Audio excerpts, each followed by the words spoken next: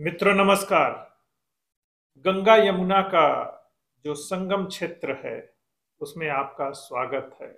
और इसी क्षेत्र का नाम प्रयागराज है जो गंगा के दोआब में स्थित है। मतलब एक तरफ से माँ यमुना का आगमन हो रहा है, दूसरी तरफ से माँ गंगा का। और इस दोआब का जो क्षेत्र है उसमें प्रयागराज का शहरी क्षेत्र है जिसका लगातार विस्तार हो रहा है। अब हम जिले के रूप में भी प्रयागराज ही हैं जो अपने प्राचीन गौरव की तरफ धीरे धीरे लौट रहा है। और जिस समाज और देश की सांस्कृतिक पहचान नष्ट हो जाती है तो धीरे धीरे उसका राजनीतिक, सांस्कृतिक और आर्थिक पहचान भी कैसे सिकुड़ता और सिमटता जाता है, इसको भी हम आसानी से देख और समझ सकते हैं। एक तरफ अयोध्या का जो पुनर्विकास और स्थापना हो रहा है, वहां भी किस तरह से आर्थिक गतिविधियां उसे प्रदेश में जीएसटी संग्रह में नंबर 1 पर ला दिया है। अब ऐसे ही सोचिए जो हमारी टेम्पल इकोनॉमी है वह कैसे बूम कर रही है और हम सब कुछ कैसे हासिल कर सकते हैं। बस धर्म ध्वजा के स्थापना और उसको सही ढंग से समझने की आवश्यकता है, क्योंकि अपने मूल से जुड़े रहकर ही हम आगे बढ़ सकते हैं। और वह पेड़ जिनका मूल अर्थात जड़ कट जाता है वह ज्यादा दिन तक हरे नहीं रह सकते हैं।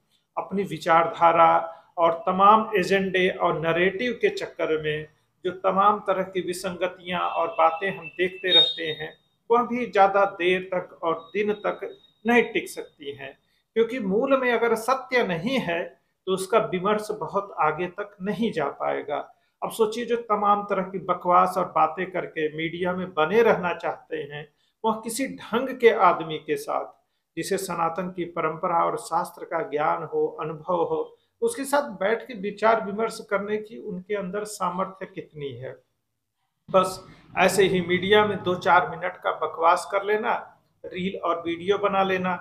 भारत की आबादी इतनी है कि 2-4-10 लाख करोड़ लोग तो बड़ी आसानी से मिल जाते हैं। सोचिए जो फॉलोअर्स और व्यू की संख्या कितनी होगी, करोड़, 2 करोड़, 4 करोड़।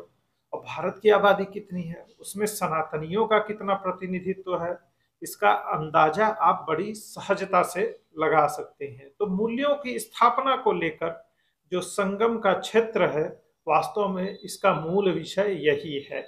संगम का क्या अर्थ होता है?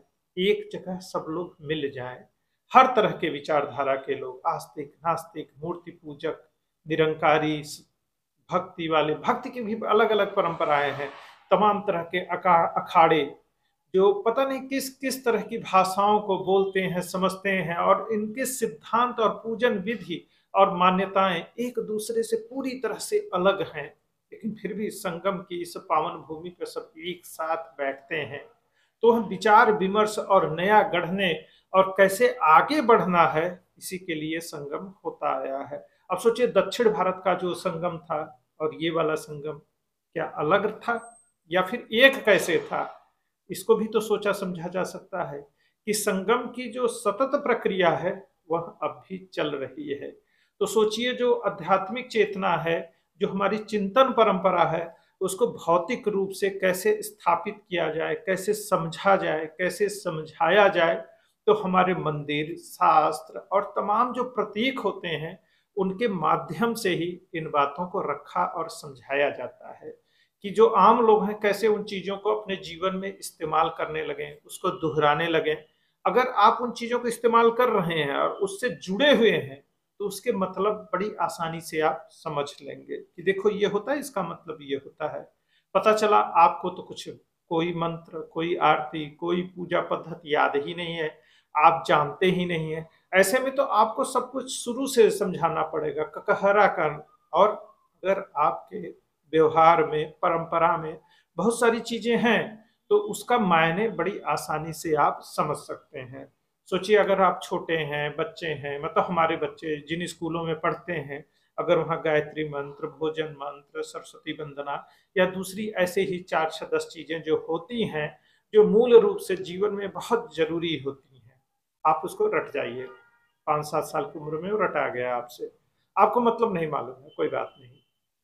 लेकिन जैसे ही आप बड़े होंगे उसका मीनिंग जब आप ढूंढेंगे तब आपको लगेगा यार मैं ये जानता था, अच्छा हमको ये पढ़ाया जाता था।